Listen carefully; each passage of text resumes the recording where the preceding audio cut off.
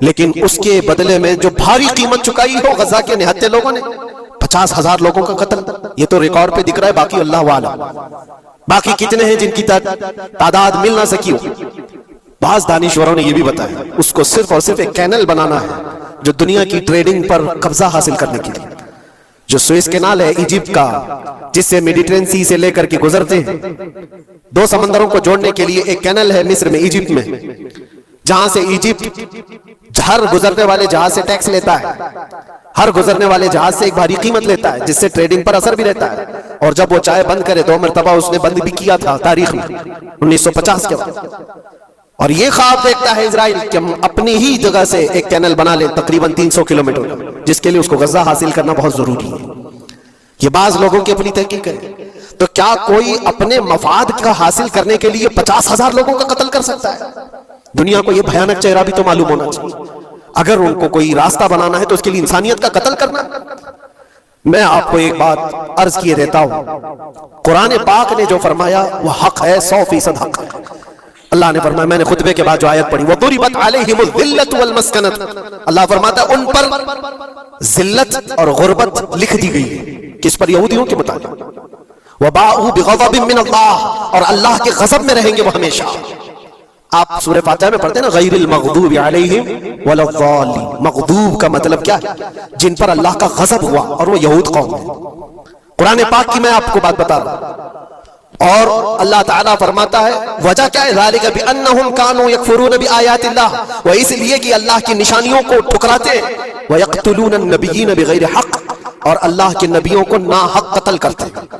اب دنیا کو یہ افسوس ہو رہا ہوگا، جیسے میں نے ابھی بتایا 50,000 لوگوں کا قتل وہاں کر دیا، ایران میں گھس گیا، شام میں گھس گیا، لبنان میں گھس گیا، ہر جگہ مار مار مار اور لوگوں کا قتل۔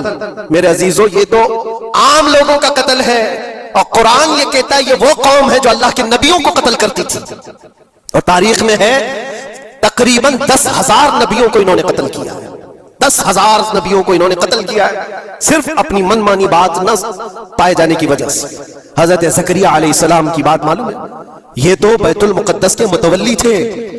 زکریا علیہ السلام بیت المقدس کے امام تھے، جن کا ذکر ہے قرآن پاک میں۔ حضرت زکریا علیہ السلام کے پیچھے یہی قوم جو ان کی امت میں تھی، یہودیوں کے لیے بھی وہ مقدس نبی تھے، لیکن ان ظالموں نے حضرت زکریا علیہ السلام کو دشمنی میں رکھ کر کے ایسا قتل کیا تھا، اللہ اکبر۔ زکریا علیہ السلام ان سے بھاگ کر کے نکلے تھے، اور ایک درخت کو جا کر کہا، اے درخت کھل جا، میں تجھ میں آتا ہوں۔ درخت کھل گیا، حضرت زکریا علیہ السلام اس میں اندر چلے گئے، درخت پھر بند ہوا۔ تاریخ میں موجود ہے، ابلیس لعین نے، شیطان مردود نے یہودیوں کو راستہ بھی بتایا اور درخت بھی بتایا کہ اس کے اندر زکریا چھپے ہوئے، اس کے اندر زکریا ہے۔ یہودیوں نے تیز آری لے کر کے درخت کو اوپر سے کاٹنا شروع کیا کہ درخت کے 2 ٹکڑے ہوں گے تو زکریا علیہ السلام تک بھی پہنچ جائیں گے۔ انہوں نے آری سے کاٹتے کاٹتے کاٹتے ان کے سر تک پہنچا دیا، اور جب حضرت زکریا علیہ السلام کو اپنے سر کے اوپر سے کٹنے کی آواز آنے لگی تو آپ سوچا کہ اب یہ آری سے پورا کٹ جائے گا۔ اللہ تعالیٰ کی طرف سے ندائی، اے زکریا صبر کر لو، اگر تم اس پر آواز نکالو گے تو صبر والوں میں سے تمہارا نام نکل جائے گا۔ یہاں تک کہ تاریخ میں ہے وہ یہودیوں نے آری سے کاٹتے کاٹتے حضرت زکریا علیہ السلام کے سر کو چیر دیا، اور جسم کے 2 ٹکڑے ہو گئے۔ اللہ کے نبی خاموش رہے، صبر کر کے رہ گئے۔ ان کے بیٹے یحییٰ علیہ السلام نے یہودیوں کے ایک گورنر یا بادشاہ کو یہ کہا تھا کہ ایک نکاح میں 2 بہنوں کو تھے۔ یحییٰ علیہ السلام صرف 33 سال کے جوان تھے۔ اس یہودی ظالم نے یحییٰ علیہ السلام کے سر کو کاٹ کر کے برتن میں لا کر ناشتے میں رکھا تھا۔ اللہ کے نبی کی بات کر رہا ہوں، اللہ کے نبی کے سر کو کاٹ کر تشت پہ رکھا تھا۔ لیکن تاریخ کی سچائیاں بتاتی ہیں کہ وہ کٹے ہوئے سر سے یحییٰ علیہ السلام بولتے تھے، اے ظالم، اب بھی میں کہتا ہوں ایک نکاح میں 2 بہنوں کو رکھنا حرام ہے، حرام ہے۔ یہ اللہ کے نبیوں کی زندگی میں بتا رہا ہوں جن کے ساتھ انہوں نے کی۔ عیسیٰ علیہ السلام، یہ پاگل عیسائی جو آج ان کی کپڑوں میں جا کر بیٹھے ہوئے ہوتے ہیں، جبکہ زندگی بھر یہ لڑتے رہے ہیں۔ قرآن بھی کہتا ہے وقالت اليهود ليست النصارى على شيء وقالت النصارى ليست اليهود على شيء، دونوں لڑتے تھے۔ یہودی کہتے ہیں عیسائی کوئی چیز ہی نہیں، عیسائی کہتے تھے یہودی کوئی چیز ہی نہیں۔ ان کی جنگیں اتنی خطرناک ہوئی، یہ سب لپا پوتی کر کے آج دکھاتے ہیں کہ ہم سب ایک ہیں۔ بہت گہری دشمنیاں ان کے درمیان تھی۔ عیسائیت، حضرت عیسیٰ علیہ السلام کو کیا کیا گیا؟ جب انہوں نے اپنے پیغامات پھیلائے تو عیسیٰ علیہ السلام کو بھی قتل کرنے کا منصوبہ یہودیوں نے بنایا تھا۔